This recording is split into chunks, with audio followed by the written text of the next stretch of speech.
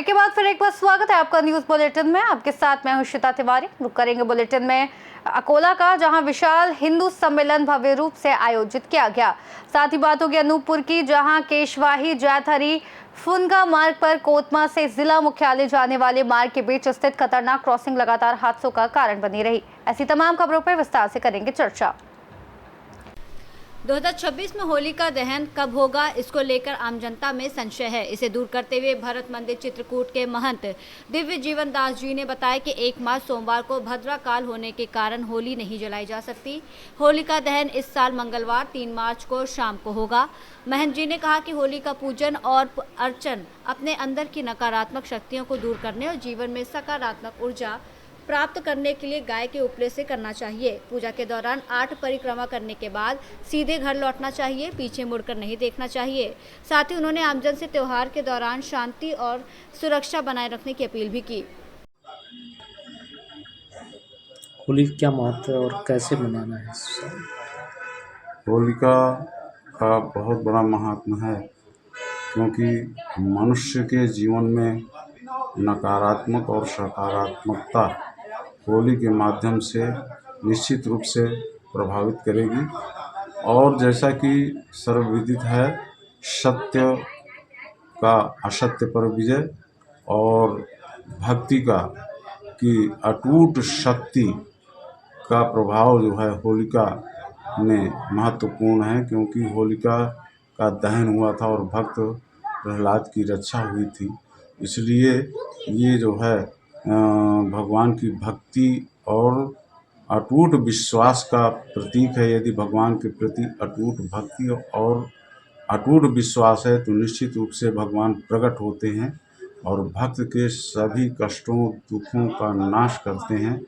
इसी कारण से होलिका दहन बहुत ही महत्वपूर्ण है और इस दिन हमें होलिका का पूजन करके कंडे आदि अन्य लकड़ियों का, जैसे पीपल की लकड़ी है, शमी की लकड़ी है, इनका प्रयोग न करके हमें गाय के शुद्ध उपलों का प्रयोग करते हुए और सावधानी रखते हुए उनकी प्रदक्षिणा करनी चाहिए। लगभग 8 प्रदक्षिणा हमें होली की करनी चाहिए और वहाँ से हमें जो है जब अपने घर के लिए वापस आते हैं तो सीधे वापस आना चाहिए, पीछे मुड़ करके नहीं देखना चाहिए।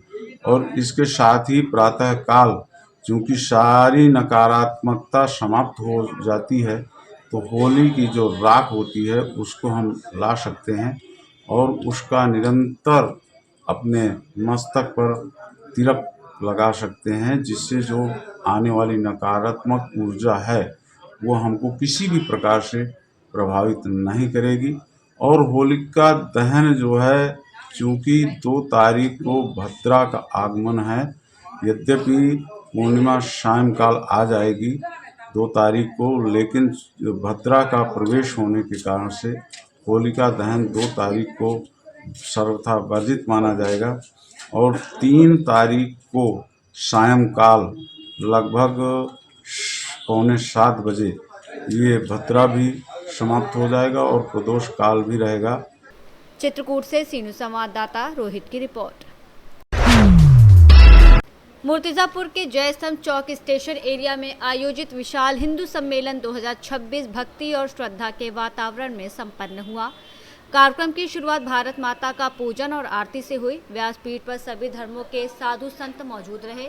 विशेष रूप से पांडुरंग महाराज दिगोले गणेशी कालकर और विश्व हिंदू परिषद नागपुर प्रांत की सह मंत्री रूपाली ताई बाहेती ने पूजन कर कार्यक्रम की शुरुआत की। संयोजकों ने कहा कि राष्ट्रीय स्वयं सेवक संघ के 100 वर्ष पूरे होने के अवसर पर यह विशाल सम्मेलन आयोजित किया गया। कार्यक्रम में मुर्तिजापुर के ग्रामीण और शहरी हिंदू समाज ने भाग लिया। कार्यक्रम में श्री राम मंदिर, श्री विठुल मंदिर, श्री गजानन महाराज संस्थान, विश्व हिंदू परिषद और बजरंग दल के लोग सक्रिय रूप से मौजूद रहे। समापन पर सभी उपस्थित लोगों ने भारत माता की जय और वंदे मातरम का जय घोष किया और सम्मेलन को सफल बनाने में पूरे हिंदू समाज का योगदान सराहा गया। आजचा जो दिवस आहे तो या आपल्या मुर्तिजापूरच्या सगळ्या हिंदू बांधवांसाठी अतिशय गौरवाचा दिवस आहे। संघाला 100 वर्षे पूर्ण झाली आणि 100 वर्षाचा तपस्या पूर्ण करत आज संघ तरुण झालाय. राष्ट्रीय स्वयंसेवक संघाने त्याला अपेक्षित असलेलं जे या देशाचं जे चित्र आहे ते बऱ्यापैकी आपल्याला पाहायला मिळतं आहे की बदललेलं आहे. म्हणजे अशा प्रकारचे हिंदू होते की एक प्रकार होता हिंदूंचा की आम्हाला ते म्हणायचे गर्व से कहो आम्ही हिंदू आहे. एक प्रकार असा होता की ते म्हणायचे की आम्ही आहो हिंदू आहोत पण त्याला गर्व काय करायचा. आणि एक प्रकार असा होता की जे स्वतःला काय आपण आहोत हेच त्यांना माहिती नाही. आणि एक प्रकार असा होता की असे लोक म्हणायचे की आम्हाला गाढव म्हणा परंतु हिंदू म्हणू नका. अशी स्थिती या देशाची निर्माण झाली होती आजच्या मागच्या 60-70 वर्षामध्ये. परंतु राष्ट्रीय स्वयंसेवक संघाच्या डॉक्टर हेडगेवारांनी ज्या संघाची स्थापना केली त्यांनी एक जे स्वप्न पाहिलं होतं जे द्रष्टा, आम्ही त्यांना द्रष्टा म्हणतो, अतिशय लहान मुलांना एका खेळाच्या मैदानावर एकत्र करायचं आणि दृष्टी पुढे ठेवायची तर हिंदू राष्ट्रावर. असा हा द्रष्टा पुरुष, या पुरुषाने संघाची स्थापना केली आणि त्याचं जे स्वप्न पाहिलं होतं या हिंदू राष्ट्राचं त्याकडे आम्ही आता वाटचाल करतो. पुन्हा आमची जी भारत माता आहे विश्वगुरूच्या याच्यावरती स्थानापन्न होताना आम्ही पाहून राहिलेलो आहोत. आज आमच्या देशाचे पंतप्रधान जेव्हा विदेशात जातात तेव्हा त्यांचा काय सन्मान होतो ते आज आम्ही पाहून राहिलो आहोत. ते सुद्धा राष्ट्रीय स्वयंसेवक संघाचे स्वयंसेवकच आहेत.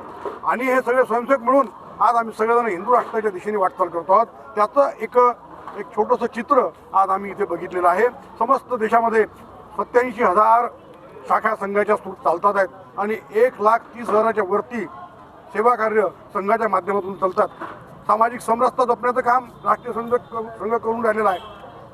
समरसता निर्माण करणे, कुटुंब प्रबोधन करणे, पर्यावरणाचं संरक्षण सुद्धा करण्याचं काम जबाबदारी संघाने स्वीकारलेली आहे. आणि सोबतच संविधानाचं रक्षण करायचं आहे हे आमचं कर्तव्य आहे. याची सुद्धा जाणीव राष्ट्रीय स्वयंसेवक संघाच्या स्वयंसेवकांना आहे. हे सगळं काम आम्ही करतो आहोत. एक प्रश्न विचारत बालभारतीच्या त्या पुस्तकामध्ये आजच्या तारखेला काय मला त्यातला नेमका अभ्यास नाही, परंतु मुर्तिजापुर से सीनियर संवाददाता नरेंद्र वाणोनकर की रिपोर्ट। अनूपपुर जिले में नेशनल हाईवे 43 पर केशवाही, जैथरी, फुनगा मार्ग और कोतमा से जिला मुख्यालय जाने वाले मार्ग के बीच स्थित खतरनाक क्रॉसिंग लगातार हादसों का कारण बन रही है। स्थानीय लोगों के अनुसार चौराहे पर ना तो कोई ट्रैफिक सिग्नल है और ना ही चेतावनी संकेत, जिससे तेज रफ्तार वाहनों के कारण पैदल यात्रियों और दोपहिया चालकों को हमेशा दुर्घटना का खतरा बना रहता है।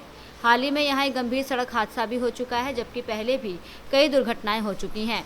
नागरिकों ने यहाँ computerised traffic signal system, speed control उपाय और चेतावनी बोर्ड लगाने की मांग तेज कर दी है, ताकि यातायात नियंत्रित हो और जानमाल की सुरक्षा सुनिश्चित की जा सके। उन्होंने जिला कलेक्टर से तत्काल हस्तक्षेप कर आवश्यक कार्रवाई करने की मांग की है, अन्यथा दुर्घटनाओं का सिलसिला जारी रहने की आशंका जताई है। तो लोगों को सहूलियत होगी, सहूलियत है क्योंकि कंप्यूटर सिस्टम से एक तरफ के लोगों को रोक कर रखेगा, फिर दूसरी तरफ के लोगों को जाने देगा।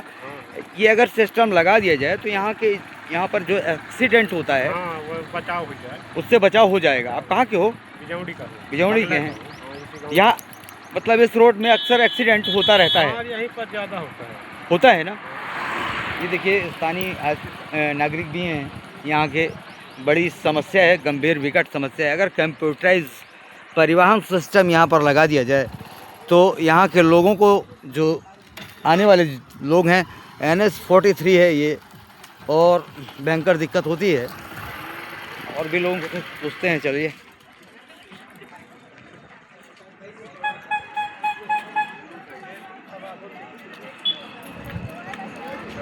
भाई साहब, ये NH 43 है ये रोड, और इसमें कंप्यूटराइज परिवहन सिस्टम लगा दिया जाए इसमें, तो यहाँ पर जो क्रैशिंग होने के कारण कंप्यूटराइज परिवहन सिस्टम अगर लगा दिया जाता है अगर यहाँ, तो लोगों को सहूलियत होगी। तो क्या लगना चाहिए? क्या नाम पड़ता आपका? क्या नाम पड़ता आपका? तिवारी जी। तो आप चाहेंगे कि यहाँ पर परिवहन कंप्यूटराइज सिस्टम लगा दिया जाए, जिससे NH 43 में जो होने वाला खतरा है उससे हम निजात पा सकें। एक्सीडेंट अक्सर होते रहते हैं इस रोड पे। तो आप चाहते हैं क्या, मांग करते हैं क्या इस वीडियो के माध्यम से प्रशासन से? बिल्कुल बिल्कुल मांग। चलिए, आपका क्या नाम प्रदीप? मेरा नाम है रुपेश। आप भी चाहते हैं क्या कि यहाँ पर NH 43 पे कंप्यूटराइज परिवहन सिस्टम लगा दिया जाए, बिल्कुल चाहते हैं। जिससे लोगों को जो एक्सीडेंट होता है उससे काफ़ी हद तक लोगों से निजात ज़्यादा गौ माता का एक्सीडेंट होता है। गौ माता का भी एक्सीडेंट होता है। सबसे ज़्यादा गौ माता का एक्सीडेंट होता है। फिर भी हम अभी थोड़ा सा प्रयास कर रहे हैं कि NH 43 पे ये जो क्रॉसिंग है इस पर एक सिस्टम लगा दिया जाए, परिवहन सिस्टम, कंप्यूटराइज परिवहन सिस्टम, जिससे लोगों को जो क्रॉसिंग में निकलते हैं लोगों को एक्सीडेंट होती रहती है उससे निजात पाया जा सके। ये यहाँ के जो स्थानिक लोग भी हैं उनसे भी हमने जानकारी लेना चाहा है। अब अनूपपुर ज़िले का जिला प्रशासन, यहाँ के कलेक्टर साहब और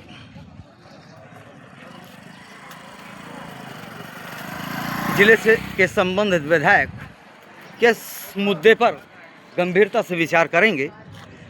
यदि यहाँ के विधायक और यहाँ के जिला प्रशासन अगर इस गंभीरता से इस मुद्दे पर विचार किया तो यहाँ पर कुछ ही समय में, कुछ दिनों में कंप्यूटराइज परिवहन सिस्टम लगा दिखा मिलेगा।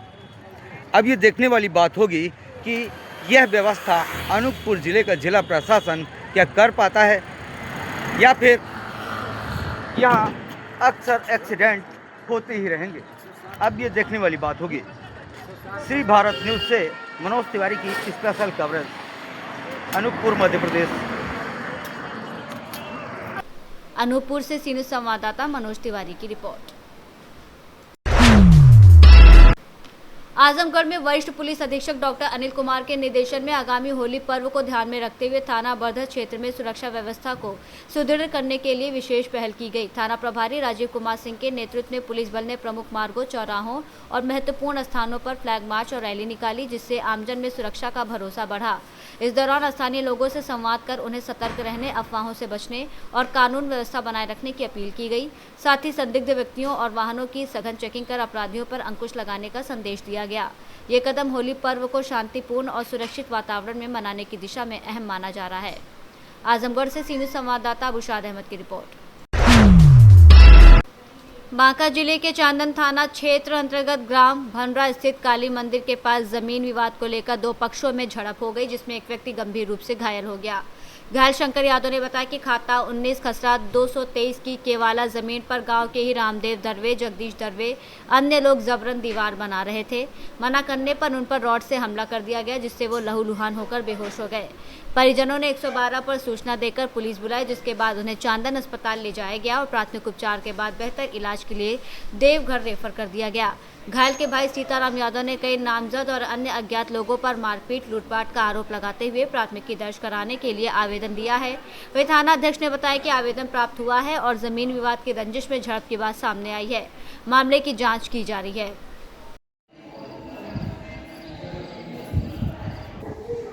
क्या नाम है आपका? रामाशंकर यादव। रामाशंकर यादव, जोड़स बोलिए ना जी। रामाशंकर यादव। घर कहाँ है? भंदरा। क्या क्या समस्या हुआ? समस्या हमारा जमीन को जबरदस्ती घेर रहा था। जगदीश दरवे, माँ दरवे, रामदेव दरवे और मतलब बेटा सब। हम मना करने गए तो वो लोग रॉड डंटा से हमारे ऊपर वार कर दिया और मार करके गिरा दिया। हम बेहोश हो गए, पूरा ब्लड हमारा चलने लगा, वो हल्ला हुआ। सब अगल बगल वाला और सब हमारे परिवार सब दौड़ करके फिर 112 पर प्रशासन के कॉल किए। कॉल के प्रशासन जाकर उठा करके हॉस्पिटल लाया। यहाँ उपचार करने के बाद फिर थाना गए। थाना वाला बोला कि पहले उपचार कराइए, उसके बाद हम कानूनी कार्रवाई करते हैं। जमीन आपकी है? हाँ, ज़मीन मेरा है। ऑनलाइन रसीद वगैरह सब 25-26 तक भी कट रहा है एकदम। क्या हुआ लड़ाई? आज ये हुआ। क्या हुआ सीताराम जी, आज आप हॉस्पिटल में आए हैं? आप पहले तो आपके चैनल को बहुत बहुत धन्यवाद। जैसे मैं आज सुबह 9:30 बजे के करीब एक विवादित जमीन है दर्दमारा काली मंदिर के पास, जो कि पहले पंडा जी से हमारे पिताजी खरीदे हुए थे, जिसका अभी तक ऑनलाइन रसीद 2026 तक और केवाला मेरे पास है। उसी ज़मीन को और गांव के ही जगदीश दरबे वगैरह ने खरीद लिया। पहले बहुत लड़ाई झगड़ा हुआ था, इसके बाद वो ज़मीन को इन लोगों ने ज़बरदस्ती कोर्ट में केस चल रहा है। अभी भाई का इलाज करवाने आए हैं। भाई का इलाज करवाने आए हैं। हाँ, अभी सुना जाए मेरे बात को, तो उन्होंने पहले से षड्यंत्र के तहत लाठी डंडा कुल्हाड़ी लेकर के तैयार था और इनको रामदेव दरबे ने मार दिया माथा में, जैसे इन्हें गिर के बेहोश हो गया। फिर 112 नंबर से ला करके हॉस्पिटल यहाँ लाए। यहाँ लाने के बाद इलाज करने के बाद यहाँ से रेफर कर दिया। इसको लेकर मैं देवघर जा रहा हूँ। नाम है आपका? मेरा नाम सीताराम यादव, भद्रा गांव है। बांका से सीनियर संवाददाता राकेश कुमार बच्चू की रिपोर्ट। जनपद मिर्जापुर में होली और होलिका दहन सहित अन्य आगामी त्योहारों को सुरक्षित और सौहार्दपूर्ण ढंग से मनाने के लिए पुलिस अधीक्षक अर्पणा रजत कौशिक ने नगर क्षेत्र के संवेदनशील और भीड़ भाड़ वाले इलाकों में भारी संख्या में पुलिस और पीएसी बल के साथ पैदल भ्रमण गश्त किया। गश्त की शुरुआत इमामबाड़ा से हुई और गणेशगंज लाल डिग्गी होते हुए थाना कोतवाली कटरा पर समाप्त हुई। इस दौरान अपर पुलिस अधीक्षक नगर क्षेत्राधिकारी नगर सहित पर्याप्त पुलिसकर्मी और रिक्रूट आरक्षीगण मौजूद रहे। जनपद को 5 जोन और 18 सेक्टर में विभाजित कर 9 QRT team, 99 cluster mobile, 1 company PAC सहित पुलिस बल तैनात किया गया। जिले में कुल 2554 होलिका स्थल चिन्हित किए गए हैं। समस्त क्षेत्राधिकारीगण ने अपने क्षेत्रों में संवेदनशील और मिश्रित आबादी वाले क्षेत्रों, प्रमुख बाजारों और भीड़ भाड़ वाले स्थानों पर फ्लैग मार्च किया।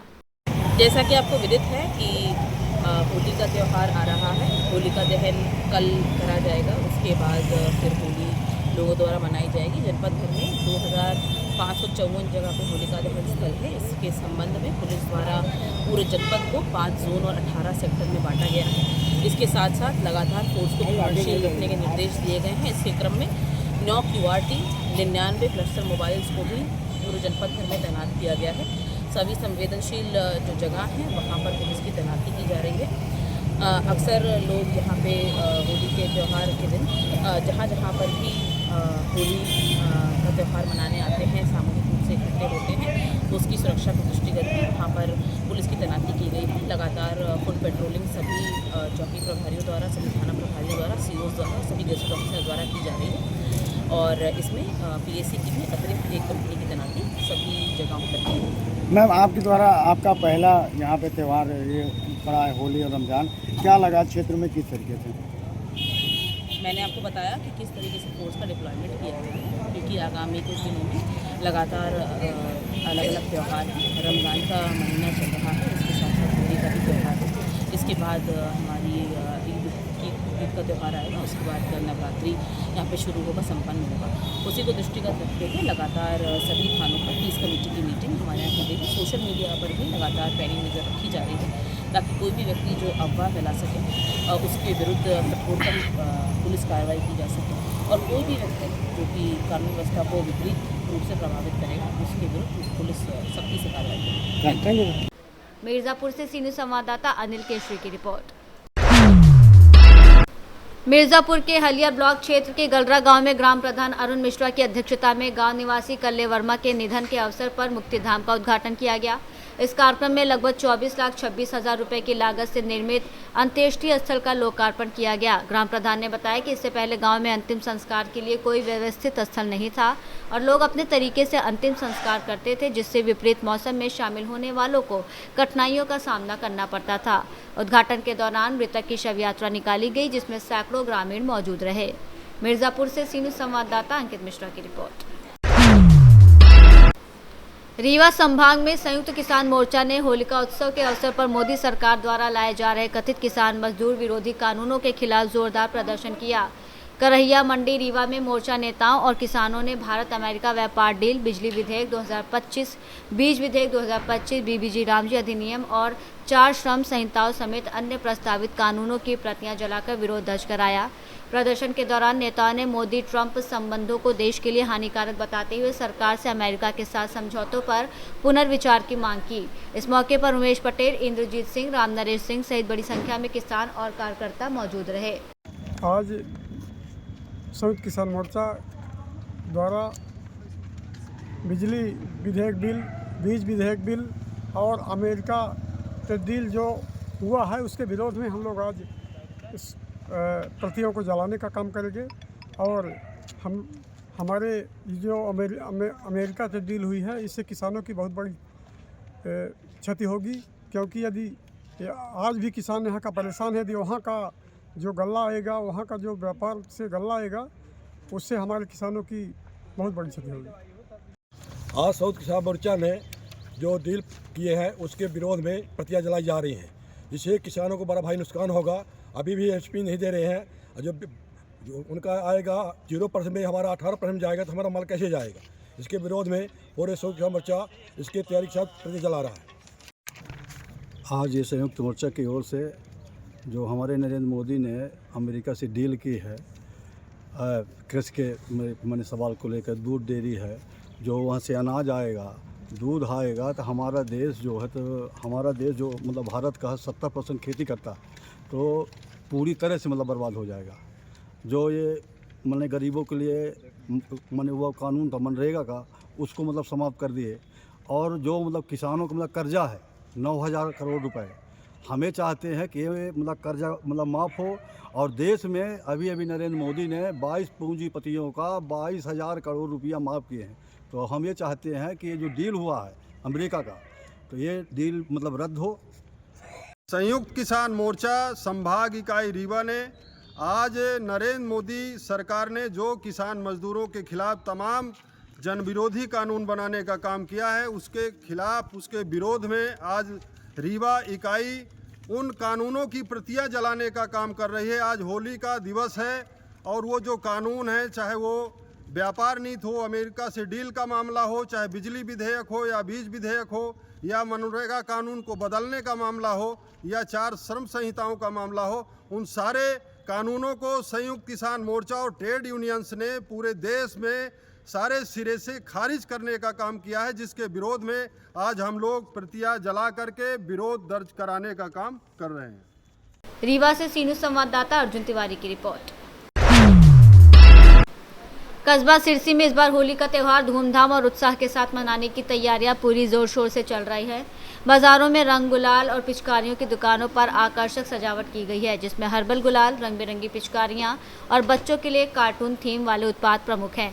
कपड़े, मिठाई और सजावटी सामान की दुकानों पर भी ग्राहकों की अच्छी खासी भीड़ देखी जा रही है और दुकानदार पिछले वर्षों की तुलना में इस बार बेहतर बिक्री की उम्मीद कर रहे हैं। नगर पंचायत प्रशासन ने त्यौहार को शांतिपूर्ण और सुविधाजनक बनाने के लिए पेयजल पाइपलाइन की मरम्मत, स्ट्रीट लाइटों की सही स्थिति, नालियों की सफाई, कूड़ा उठान और प्रमुख चौराहों की विशेष सफाई जैसी तैयारियां की हैं। साथ ही कर्मचारियों को ड्यूटी पर तैनात किया गया है। संभल से सीनू संवाददाता इसरार आलम सैफी की रिपोर्ट। गढ़वा थाना पुलिस ने मासूम बच्ची मोना परिवर्तित नाम की हत्या के मामले में आरोपी रानी देवी को गिरफ्तार किया। बता दें, घटना 22 फरवरी को सुबह लगभग 9 बजे हुई, जब मोना अचानक गायब हो गई। 23 फरवरी को लड़की का शव फरियादी के घर के पास बोए गए गेहूं के खेत में बरामद हुआ। प्राथमिक पोस्टमार्टम स्थानीय CSC चितरंगी में किया गया, लेकिन परिजनों की संतुष्टि के लिए संजय गांधी मेडिकल कॉलेज रीवा में पुनः पोस्टमार्टम कराया गया। रिपोर्ट में मौत मुंह और गला दबने से, दम घुटने से हुई बताई गई। तलाश और भौतिक साक्ष्यों के आधार पर आरोपी रानी देवी का पता चला। जांच में पाया गया कि आरोपी के पति और मृतका की माता के बीच अवैध संबंध होने के शक के चलते आरोपी ने बच्ची को अकेला पाकर अपने घर में ले जाकर हत्या की थी। आरोपी को न्यायालय में पेश किया गया और उसे जिला जेल पचौर में न्यायिक अभिरक्षा में रखा गया। हत्या करने वाले अपराधी को गढ़वा पुलिस ने गिरफ्तार किया है। क्या सफलता मानते हैं और क्या कारण था? देखिए, दिनांक 22 फरवरी 2026 को ये एक रिपोर्ट आई थी कि सुबह 9 बजे एक व्यक्ति आए थे, उनके द्वारा रिपोर्ट की गई थी कि 9 बजे इनकी पोती जो 18 माह की बच्ची थी, वो अन्य बच्चों के साथ घर के बाहर खेल रही थी और वो गायब हो गई। पुलिस ने तत्काल उसमें अपहरण का अपराध पंजीबद्ध किया और पुलिस की टीमें लगाई गई थी और लगातार उसको तलाश किया, किंतु कोई सफलता नहीं मिली थी। जो अगले दिन 23 फरवरी को सुबह जो घर के पास ही है, गेहूं का खेत है, वहाँ फसल में उस बच्ची का शव बरामद हुआ था। तत्काल पुलिस द्वारा विधिवत कार्रवाई करते हुए पैनल से पीएम कराया गया था और पीएम की फोटोग्राफी, वीडियोग्राफी कराई गई थी और इसके बाद जो शव है परिजनों को सुपुर्द कर दिया गया था, जो उनके द्वारा उसको गाड़ दिया गया था। और इसके बाद परिजनों द्वारा एक आवेदन दिया था कि वो जो पीएम की कार्रवाई है, डॉक्टरी कार्रवाई है, उससे संतुष्ट नहीं है और प्रकरण की पूरी परिस्थिति को दृष्टिगत रखते हुए उनके जो निवेदन था उसको एसडीएम महोदय द्वारा अनुमति मिलने पर शव को पुनः एक्सह्यूम करके निकाल के फॉरेंसिक विभाग रीवा जो मेडिकल कॉलेज वहाँ भेजा गया था। वहाँ से डॉक्टर साहब द्वारा उसका पुनः पीएम किया गया और प्रकरण का जो पीएम की वीडियोग्राफी, फोटोग्राफी इत्यादि का अवलोकन किया गया और उनके द्वारा जो रिपोर्ट दी गई है उसमें जो बच्ची है उसका मुंह गला दबाने से और जो मृत्युपूर्व चोटें हुई और उस कारण उसकी जो हत्या होने का तथ्य प्रकाश पे आने पर तत्काल धारा 103(1) बीएनएस अंतर्गत अपराध हत्या का अपराध पंजीबद्ध किया गया। सिंगरौली से सीनियर संवाददाता मिथिलेश की रिपोर्ट। न्यूज बुलेटिन में इतना ही। देश और दुनिया की तमाम बड़ी खबरों को जानने के लिए देखते रहिए सी न्यूज भारत।